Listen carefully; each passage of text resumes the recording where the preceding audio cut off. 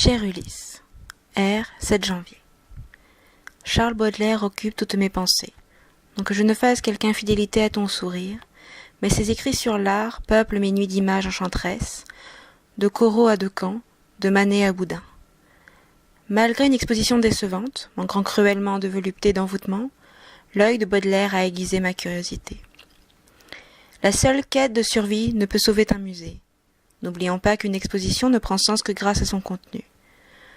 Aucun regardeur n'est digne de se voir proposer quelque toile, aussi honorable soit-elle, accompagnée de petits cartels de citations et d'un bloc de fiches cartonnées déchirées.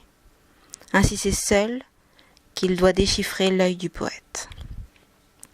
Par chance, la critique baudelairienne a transpercé mon âme, faisant surgir les couleurs hors de la toile telles des gueules béantes de lions affamés, les formes, les plis et les poses prenant vie ou s'effondrant à mes pieds.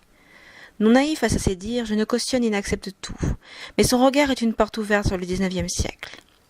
Devant moi, le portrait de ton père, Homère entouré de bergers, peint par Corot pour le salon de 1845. Baudelaire, par sa critique, le révèle. Ce qui prouve encore la puissance de M. Corot, c'est qu'il sait être coloriste avec une gamme de tons peu variés, et qu'il est toujours harmoniste même avec des tons assez crus et assez vifs. Rien n'est inutile. L'œuvre critique de M. Baudelaire est si précieuse aux yeux des amoureux des arts qu'il est incompréhensible de manquer à ce point d'imagination et de pédagogie. Une des choses, selon nous, qui distingue surtout le talent de M. Ingres est l'amour de la femme. Son libertinage est sérieux et plein de conviction.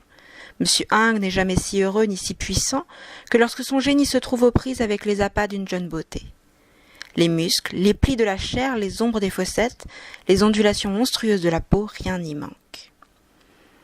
Comprends-tu qu'une telle déclaration d'amour au peintre Jean-Dominique Ingres ne prenne pas plus d'écho qu'une simple toile et un cartel? Eugène Delacroix ne prétend guère à plus de considération.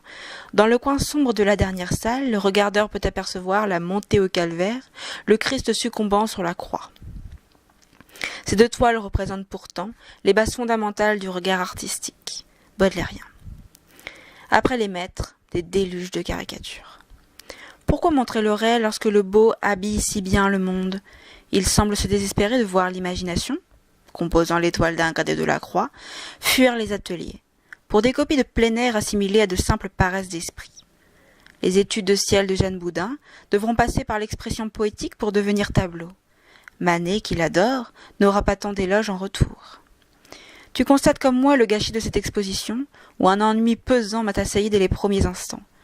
Je retourne avec joie aux textes originaux et te laisse dans les bras de ta Calypso.